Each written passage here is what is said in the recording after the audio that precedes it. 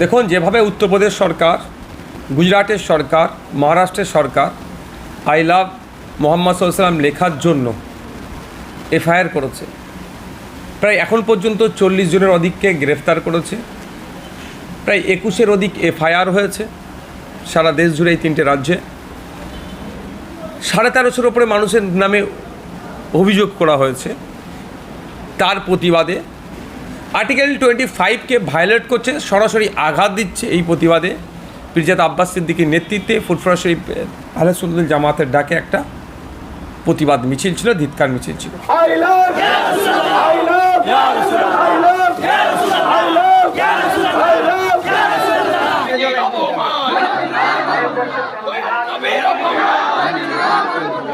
সেই ধিক্কার মিছিলে আমিও পা মিলিয়েছি। সংবিধানকে রক্ষা করতে হবে। একদিকে যেমন মুসলিম সম্প্রদায়ের উপর এটা আঘাত দিচ্ছে, ঠিক তেমনই সত্য কথা সংবিধানের 25 নম্বর আর্টিকেল এরা ধ্বংস করছে। সংবিধানের 25 নম্বর আর্টিকেলে উল্লেখ করা আছে যে আপনি ধর্মচারণ কী করবেন সেটা বেছে নেবার আপনাকে ক্ষমতা দিয়েছে। আপনি ধর্মীয় আচার অনুষ্ঠান করবেন তার স্বাধীনতা দিয়েছে, এবং ধর্মপ্রচারেরও স্বাধীনতা দিয়েছে আর্টিকেল 25। সেটাকে এই বিজেপি পরিচালিত সরকারগুলি আক্রমণ করছে। শুধু তাই নয়, তার সাথে সাথে পশ্চিমবাংলায় সংখ্যালঘু দরদি সরকারেরও নগ্ন চিত্রটা আপনাদের সামনে তুলে ধরতে চাই।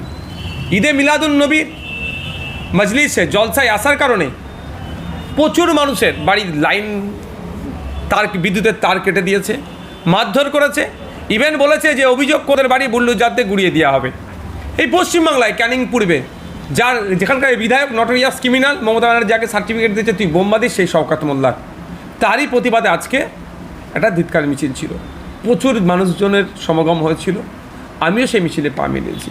আমরা এই মিছিল থেকে একটাই বার্তা দিতে চাই কি রাজ্য সরকারকে, কেন্দ্র সরকারকে, বিভিন্ন রাজ্যের সরকারগুলোকে, যে সংবিধান বহির্ভূত কাজ আপনাদের দ্বারাই কেন হবে? এটা সংবিধান যেখানে ধর্ম কি পালন করব, কোনটা বেছে নেব তার স্বাধীনতা দিয়েছে, ধর্মীয় আচার অনুষ্ঠান করার পূর্ণ স্বাধীনতা দিয়েছে, ধর্মের প্রচার করার পূর্ণ স্বাধীনতা দিয়েছে। আপনারা কে আই লাভ হজরত মোহাম্মদ সাল্লাম লেখার জন্য মামলা দিচ্ছেন, বা মোহাম্মদ সাল্লামের আগমন দিবসে যে ধর্মীয় সবাই গেলে তাদের বিদ্যুতের লাইন কেটে দিচ্ছেন? এটাও বার্তা আমরা দিচ্ছি যে এটা আমরা মেনে নেব না। সংবিধানকে রক্ষার জন্য সমাজের সমস্ত স্তরের মানুষকে নিয়ে ঐক্যবদ্ধভাবে আমরা লড়াই করব। একদম প্রশ্নটা দারুণ কোশ্চেন আপনি করেছেন। অভিযোগ গুটি কয়েক মানুষ করেছে।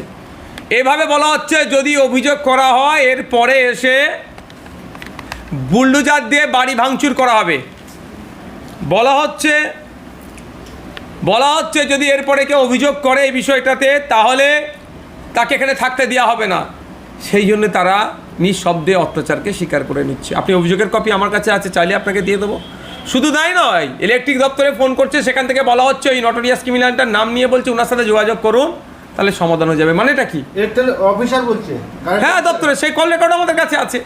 কিন্তু আমরা এটাকে পাবলিশ এই জন্যই করছি না, ওই বেচারি যে ইলেকট্রিক দপ্তরে যিনি কাজ করেন তার জানলে টান হয়ে যাবে। কিন্তু এই ধরনের রেকর্ড আমাদের কাছে আছে, অভিযোগ দায়ের করেছি আমরা, সেটাও আমাদের কাছে আছে পুরো। তিনি তো অসাংবিধানিক কাজ করছেন একদম। তার ঊর্ধ্বতন অফিসারকে আমরা জানাবো, আমরা সিস্টেমেটিক এটা যাচ্ছি, তার ঊর্ধ্বতন অফিসারকে জানাবো।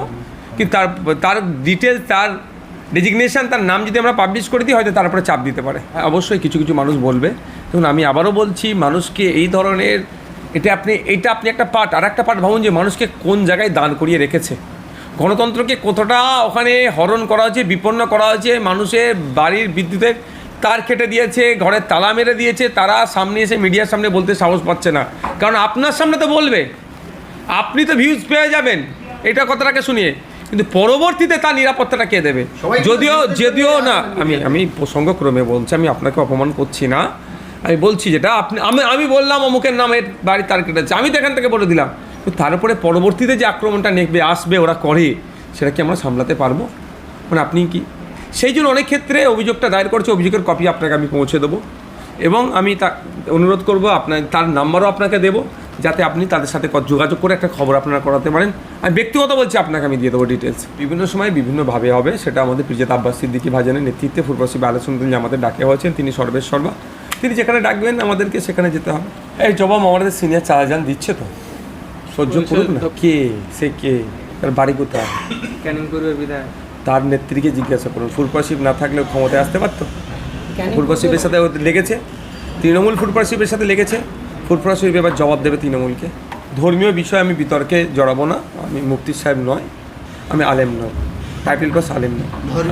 আমি একটা কথা বলবো, যারা ওই কথা বলছেন তারা শরিয়াত সম্পর্কে সম্পূর্ণরূপে পড়াশোনা করেনি। শরিয়াত, কোরআন, হাদিসকে ইজমা কেয়াস সম্পর্কে তাদের পূর্ণ ধারণা নাই। আমি কাউকে অপমান করছি না, আমি এতটুকু বলতে পারি। এর বাইরের পরেরটা যারা আব্বাস সিদ্দিকী আছেন, যারা আলেমুলামার আছে, জবাব দেবে। প্রত্যেকটা ধর্মীয় অনুষ্ঠান থেকে শুরু করে যেটা হোক শান্তির সাথে সুষ্ঠুর সাথে হোক, এটা কামনা করবো। সেটা তো সরকার বলতে পারবে, সরকারের সাথে তারা কি যোগাযোগ করেছে বলতে পারবে। আমরা দেখেছি ইতিপূর্বে ফুরফুরা শরীফের ক্ষেত্রে বা বৈষম্য হয়েছে, হ্যাঁ, সেটা সরকার বলতে পারবে।